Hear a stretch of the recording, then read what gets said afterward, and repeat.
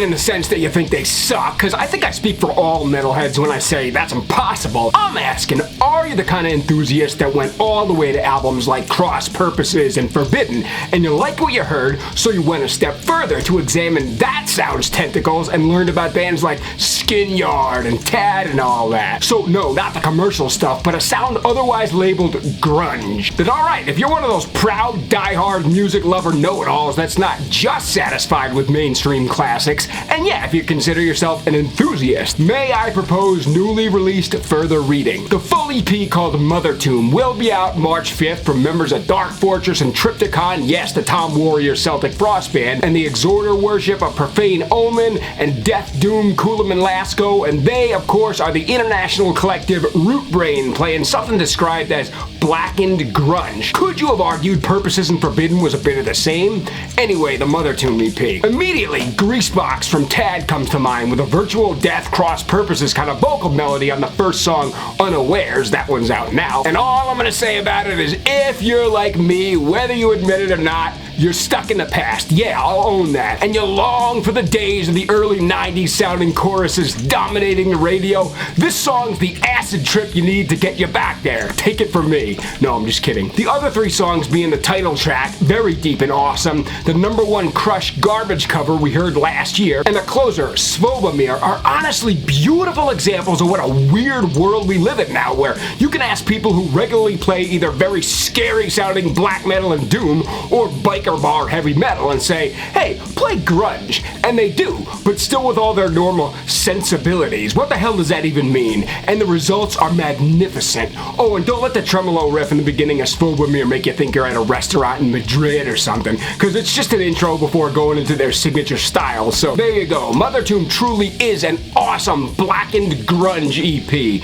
Please, Rootbrain, tap into America as soon as you're all able. Next, if I know my audience well, most of you can probably hear an album like God Luck and Goodspeed, Weed Eater, or Holy Mountain Sleep immediately following Volume 4 and think, yeah, this is all congruent. But similar to the type of people that like albums like Season of the Dead, Necrophagia, or Morbid Tales, Celtic Frost, who then hear something like Eaten Back to Life and are like, no. Yeah, similarly, there are others who like Master of Reality but detest Bongzilla and Electric Wizard. So indeed, if you're one of those types, you shouldn't have any problem with the first full length, In the Ashes, from Sweden's Temple of Discord. In fact, I'd imagine you'd call it excellent, because right out of the gate, it's early, infectious Ozzy Sabbath, self-titled Danzig, and holy hell, listen to the chorus in the first song, The Reaper. Mother of God, what an absolute monster of a track. This is Headbanger Heaven, man. If you're cool with 70s inspired doom,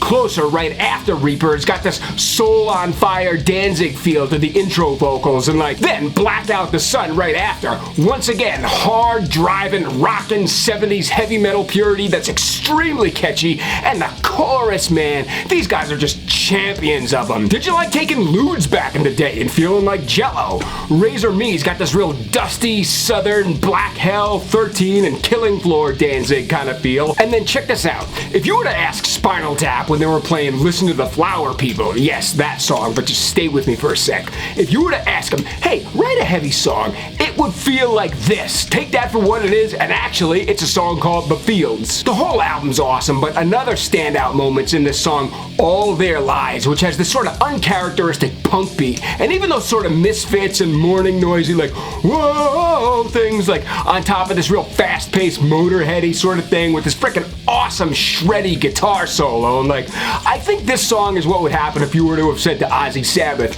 play something off Walk Among Us. And then the closer, Rails, is like this. You're just doing your thing, going about your day, you hit the grab bong, and all of a sudden you look outside and it's like, whoa, it's the apocalypse. And while it's still far off in the distance but getting closer, it sounds like the softer intros in songs like Brighter Than a Thousand Suns or Longest Day, Iron Maiden. And then when it's all around you, it's Sleeping Village, Sabbath, or even Ashes, Danzig, and you're just like, whoa. So yeah, dude, this is an album that should be loved by Ozzy Sabbath purists that don't like anything else, but as usual can also be loved by stoner fans that are into stuff like Resin or Acid Mammoth Sabbath or something. Moving on, slow dripping single by single, here is the third and latest from recently renamed Sun Don't Shine, formerly I Am, the Crowbar down typo negative supergroup with The Promise Song, which, no surprise for this video, the song, hell, the band itself is doing what they do. Equally parted inspiration from their youth, plus bits and pieces of their own catalog, which is the sound we've been examining so far. And when you really think about it, the style these guys are playing is quite surprising, because again, if you were like me, you were probably expecting half Time Heals Nothing or self-titled Crowbar or Symmetry in Black, with the other half of the music sounding like October Rust or Bloody Kisses. But instead of straight silver, Crowbar, or green, typo, it's all kinds of red and green and tan and yellow and mauve. And the Promise songs, you know what? You know who else I could hear writing a song like this? Rootbrain, man. And so therefore, if you got a playlist with Psychophobia Black Sabbath or Back to Eden and this plays immediately afterward, yeah, it flows perfectly. My God, do I hope the two Tonys collaborate again, man.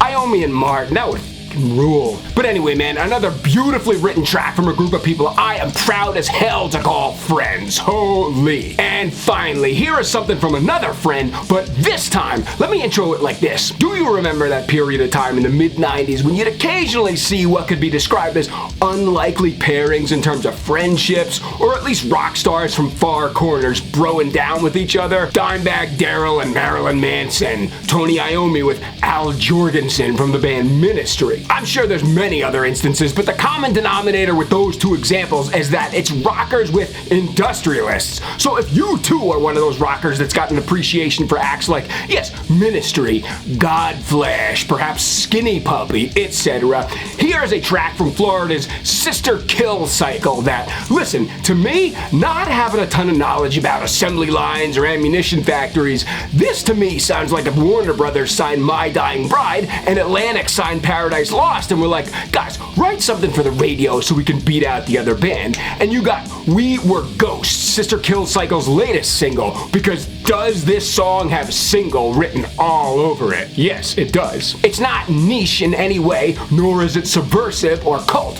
but rather made for the radio. It's a terrifically sounding song that apparently can qualify as industrial, but again, that's a little difficult for my ears to understand because I don't really live in that space. Instead, I just hear a good song, man, and I very, very much enjoy the sound of Sean's voice. It's like this really cool lower register rasp, but not guttural type of thing that I could hear many in their zone trying to emulate. So to the gentleman in SKC, brilliantly done, my friends. Alright, maniacs, there you go. There's what the water's looking like about 300 feet down from the surface in a 1,000-foot lake.